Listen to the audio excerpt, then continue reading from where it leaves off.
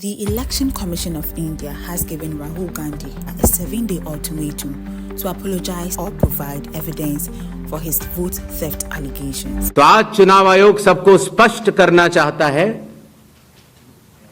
कि चुनाव आयोग निडरता के साथ सभी गरीब, अमीर, बुजुर्ग, महिला, युवा सहित सभी वर्गों और सभी धर्मों के मतदाताओं के साथ बिना किसी भेदभाव के.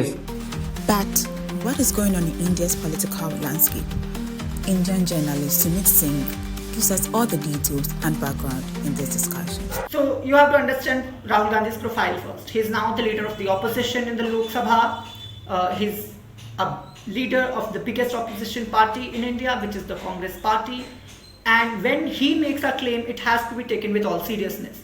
You can't just rub it off as some unserious claim.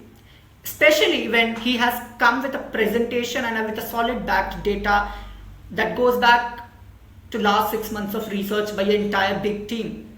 Now Rahul Gandhi did a press conference after a presentation with opposition party leaders. And he comes up with a data and claims that 1 lakh states, 1 constituencies, 1 seat, 1 districts, 1 constituency has seen 1 lakh voter manipulation. Now these voter manipulation include voter frauds, people with fake addresses, people with no photo, kind of those claims. Like there was one house which belongs to the BJP. Yeah, there was one small house of a BJP leader which housed 80 voters, and those 80 voters are not to be found in that house. And it's a small house, like television channels have gone and investigated there. So similar to that, there have been multiple duplicate entries as well. Like one voter is found in this state, the other same voter has been. So Rahul Gandhi claims one voter has voted in 6 different states. Now whether that person has voted or not is to be ascertained by the ECI, but his name appears in 6 different states voter list. So such cases have come to the fore. And they have carried out an intensive kind of investigation since the last 6 months, and now he has come out with a solid back data. This becomes especially more serious when Bihar, it's the most poorest state in India, and I come from Bihar. I have reported on the special intensive revision. It's called the exercise by the Election Commission of India, which is a central independent body, so-called independent body. It is now carrying out a special intensive revision of voter list in Bihar. Now what they have done is, after a month of rigorous special intensive revision and the filtering out of voter list, they have taken off 6.5 million voters. They claim that these voters are not to be found in the addresses or they are dead. They have not given the names of these voters nor specific reasons why each of these voters have been taken off the voter list. Now there's a case going on in the top court, Supreme Court of India, regarding this. The opposition parties have challenged it. A lot of political activists have challenged it. Now Supreme Court has finally ordered that you have to publish these data, the names of each of 6.5 million voters who you have taken off the voter list. You have to publish their names on the website, your website, within next 3 days, working days, and you also have to include Aadhaar card as a measure of voter identification process. Now Aadhaar card is something which almost every Indian has, particularly like passport is one kind of verification that we have, driving license is one, but not everybody has access to passports and driving license. But Aadhaar card is something, ration card is something, voter ID is something which almost everybody does have. Now Election Commission of India, while undertaking this process, said that we will not consider Aadhaar card, we will not consider voter card, we will not consider ration card. And they gave a list of 11 exhaustive list of documents which they said they will consider for voter verification. Now, when I was on ground in Bihar covering this, now you also have to take in consideration Bihar is a massively flood affected state, and a lot of people don't have any documents because they have been carried away by the waters in every flooding season. And poverty is so much so that people don't have money to go and get these documents made. Corruption is very much enrooted. You can't get any documents made without paying money. So when this is the situation of the state, and and so much poverty is there. People must focus on special, like they should have focused on some important things that would have helped them in improving their quality of life. But not focusing on that, the election commission put the entire electorate of Bihar into proving their identity, which is de facto proving citizenship. They might not call it a citizenship test, but de facto it is a citizenship test for the Bihar voters. And they have indicated that they will be carrying out this exercise, similar exercise across India, and that's dangerous. Now, there have been claims from the election commission without any data back that Bangladeshis, Nepalis and other foreigners have been found in Bihar, especially in the bordering areas. Now, that is the defense with which election commission comes, that we are so quote unquote purifying the voter list.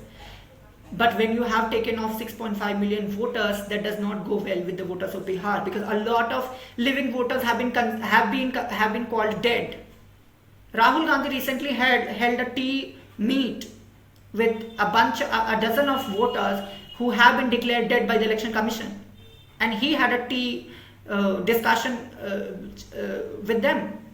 So these kind of irregularities and disparities we are seeing, and this is causing massive public distrust in the central election body, independent election body. Now, there is one more thing I would like to point out here. The appointment of election commission have been changed. The process to appoint an election commission of India who heads this body has changed. Now, earlier there were 3 members who used to appoint the election commissioner, chief election commissioner. It was the Prime Minister, it was the leader of opposition in the Lok Sabha, which is now Rahul Gandhi, and the Chief Justice of India. The Modi government brought in an ordinance in the Lok Sabha, in the parliament, and they removed the Chief Justice of India and they put it with the BJP leader, a leader of their own party. So now it comprises 3 members, leader of the opposition in Lok Sabha Rahul Gandhi, the Prime Minister who comes from the BJP, and one more BJP leader. So it's clearly a 2:1 ratio there.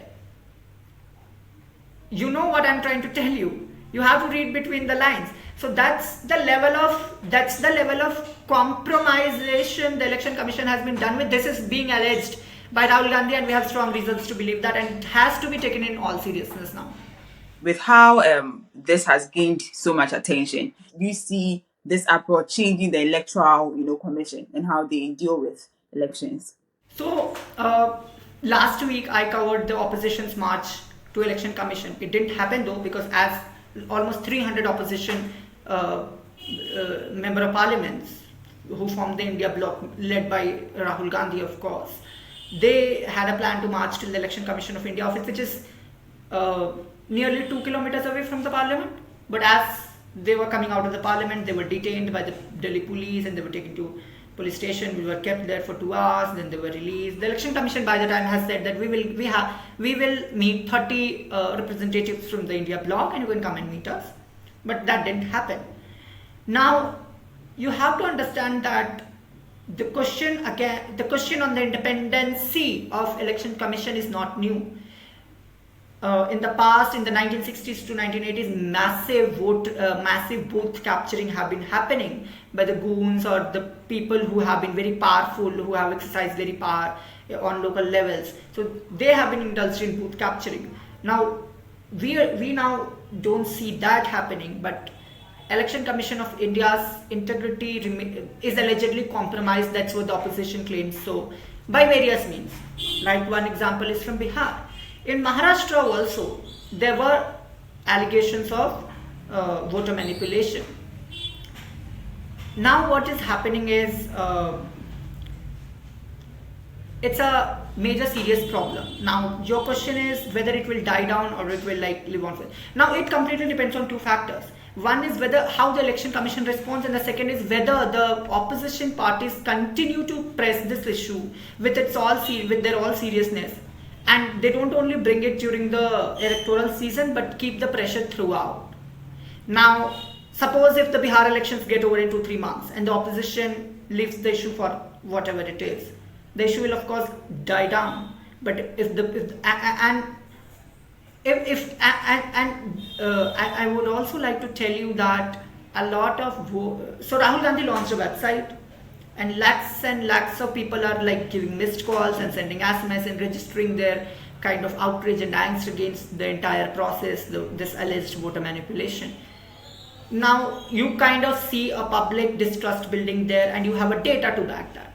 Now it's again, I will say, it's in the hands of the opposition party. If they continue to put the pressure on the election commission to seek accountability, legally challenge this like it has been challenged now, and take certain steps so that the issue continues to be come out, interact with the media so often about this, so that the issue does not boil down. This will make the election commission feel the pressure, and they will be and they will act more transparent way. Now this is not happening as of now. I should tell you this: when the Bihar SIR first draft was published, in which 6.5 million voters were taken off, the draft was published in a readable, findable PDF documents. But when the scrutiny is happening, happened, investigative journalists, following those reports and publishing data of voter discrepancy, opposition parties talking about that, the election commission silently replaced all the readable PDFs on the website with the scanned copies. Now with the scanned copies, you can't do Control F and search something and find something. It hampers your investigative, your reportage. For journalists, I'm saying, suppose I'm a voter, I have to find my name in the voter list. I will have to download my constituency's entire PDF and I have to search it manually. That's a very time-consuming exercise. Now that's for the voters' part. For investigative journalists in our fraternity, it's very hard to conduct that investigation of voter discrepancy, because you will have to manually go through each names. Now why did instead of making the issue, making the entire thing transparent, the election commission is hell bent on making things opaque, which again raises more questions now.